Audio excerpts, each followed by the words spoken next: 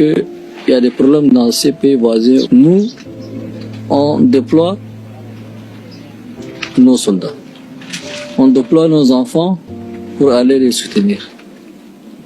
Mais quand notre pays, le Tchad, est frappé par l'ennemi, aucun soutien. Est-ce que vous avez vu une fois, parmi les pays avec lesquels nous avons formé des forces mixtes en commun, venir soutenir le Tchad? À ma connaissance, non. Alors, pourquoi? Pourquoi nous devons toujours sacrifier nos enfants pour les autres et en retour, nous n'avons pas de soutien? De surcroît, nous envoyons nos enfants, ils meurent là-bas, et l'ennemi que nous frappons dans les pays voisins revient au lac Tchad.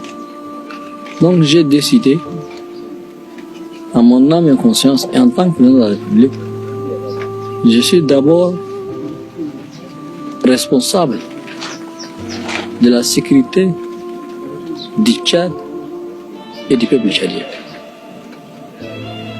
Le peuple tchadien m'a élu pour cela. Donc, pour moi, il est temps que l'armée se concentre sur la protection de nos citoyens et de notre territoire. Puisqu'on n'a pas de soutien, avec nos maigres moyens, avec nos forces, nous allons protéger nos frontières, sécuriser nos citoyens.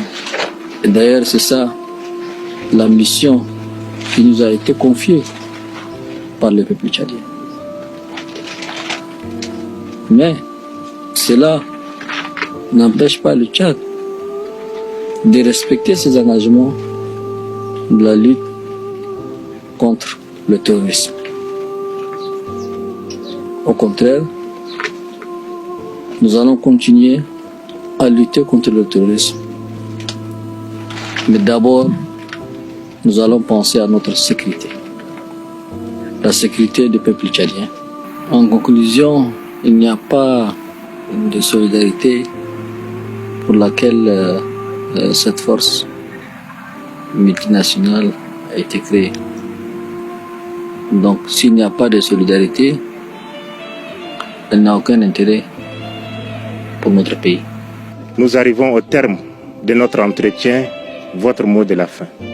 Je voudrais tout d'abord exprimer mes sincères condoléances aux familles des martyrs et prompt rétablissement à nos blessés. Ensuite, je voudrais remercier le peuple tchadien.